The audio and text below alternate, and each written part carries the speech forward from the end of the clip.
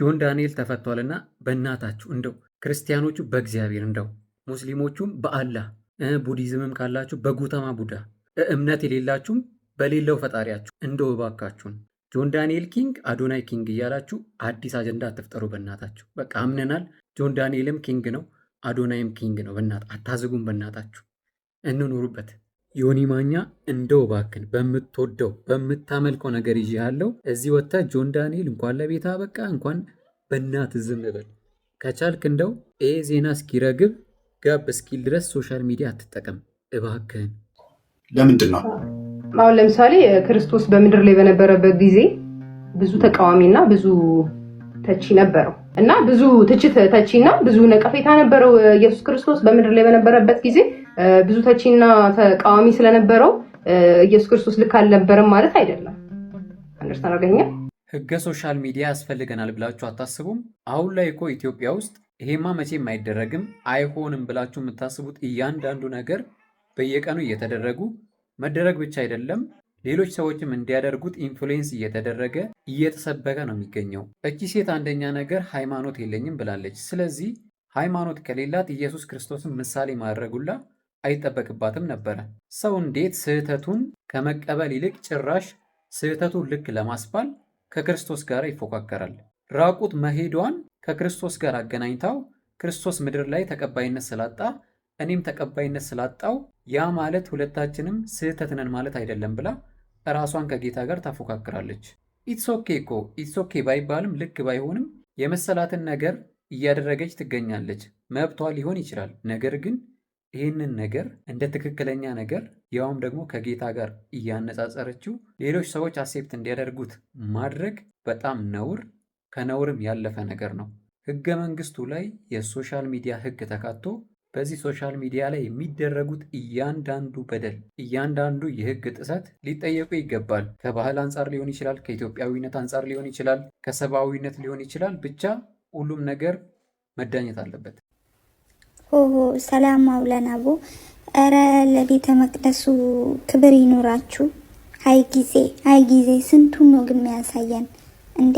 ምን አለበት? ይሄ እኮ ቤተ መቅደስ ነው። እሱ ላያቅ ይችላል ምናምን ከሌላ አገር ነው የመጣው። ስለዚህ አንድም እዛ ጋር የሚያቅ እንትን ይጥቃ እንዴ? ሀይ ሀበሻ እንዴ! ለሃይማኖታችሁ ክብር ስጡ። ውስጥ ይህን ያህል ጫጫታ ቤተ መቅደስ ውስጥ ይሄ ነገር ተገቢ ነው እንዴ? ምን አለበት ውጭ እስኪወጣ ብትጠብቁ። አረ ወዴት እየሄድን ነው? የምናረገውን ነገር ሁሉ እየረሳን ነው። የቆምንበት ያለነውን ነገር ሁሉ እየረሳን ነው እንዴ ጭራሽ። በስመ አብ ወወልድ ወመንፈስ ቅዱስ።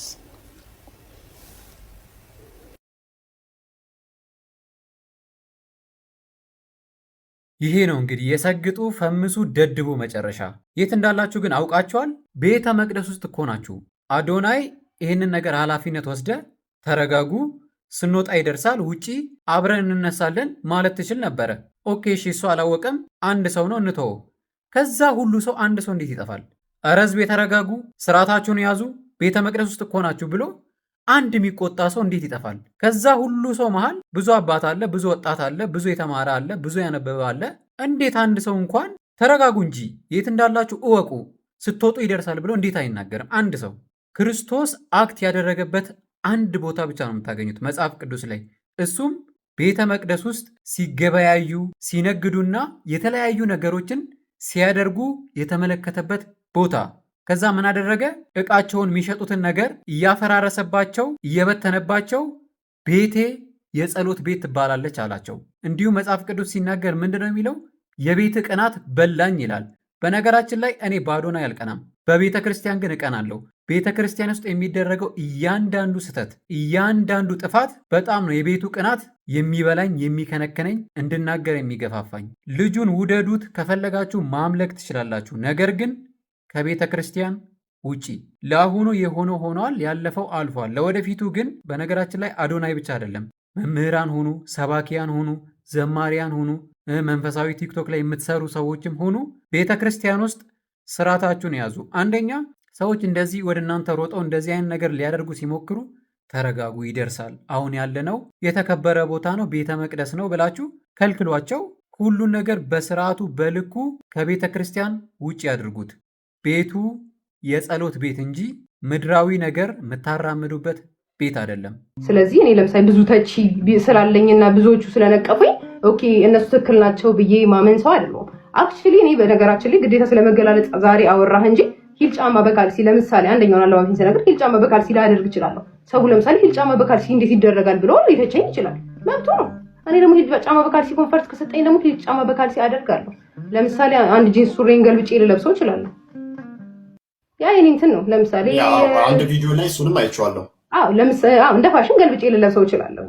አሁን ያ እኔ ደስ ስላለኝ ይሄን ነገር ገልብጬ ብሞክረውስ ብዬ ለምሳሌ ላይ አሁን ከመገላለጥ ጋር ባይገናኝም ህዝቡ ደግሞ እንዴት ሱሪ ተገልብጦ ይለበሳል ምናምን ብሎ ሊተች ይችላል።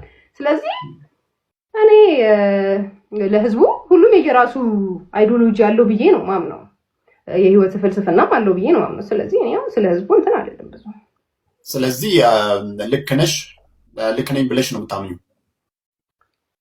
እንደ ራሴ ኦኬ። ያው ብዙዎች እየተቹሽ ነው እንዳልኩሽ ነው። ብዙዎች ቅር ተሰኝተዋል እና ብዙ መላው ህዝብ ማለት ይቻላል እና ምናልባት እድሉን ብሰጥሽ ይቅርታ ያለሽ የኢትዮጵያን ህዝብ ለምንድን ነው ይቅርታ ምለው ማለት በምን ህዝቡ? ምክንያቱም ህዝቡ ተቆጥቷል ባለባበስሽ ምክንያት ልክ አይደለችም፣ ከባህላችን ያፈነገጠ ነው ብሏል።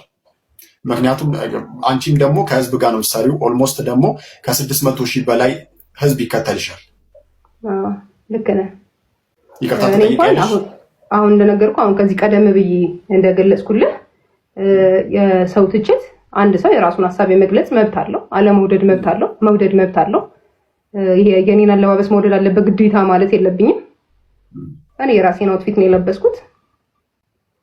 ስለዚህ አለመውደድ መውደድ መብት ስላለው የሚያነካካኝ እንትን የለም። ስለዚህ ይቅርታ ጠይቂ። ይቅርታ የሚያስጠይቀኝ እኔ የሰራሁት ነገር የለም።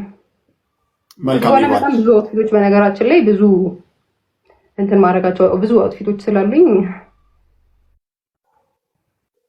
ይቻላል። የተለያዩ ፋሽኖች የራሴን የፋሽን ዲዛይንም የእንትን የማለት የመክፈትም ሀሳብ ስላለኝ እንደውም አብረን የምንሰራበት ህዝቡን ማሳምንበት ፋሽን ኢዝ ፋሽን ጀስት ከሌላ ነገር ጋር እንዳያነካኩት ምናምን የሚለውን እንደውም በጣም ብዙ ነገር የመስራት ሀሳብ አለኝ ፋሽን ላይ እና ሞዴሊንግ ላይ እና ፋሽን ላይ። ስለ ጆን ዳንኤል ትንቢት ለመናገር ነው የመጣሁት። ጆን ዳንኤል ከተፈታ በኋላ የሚለቀው የመጀመሪያው ቪዲዮ ከ10 ሚሊዮን በላይ ተመልካች፣ ከ1 ሚሊዮን በላይ ላይክ፣ ከ100,000 በላይ ሼር እና ከ20,000 በላይ ኮሜንት ያገኛል። ደግሞ ቸርች ክፈቱ እንዳትሉኝ።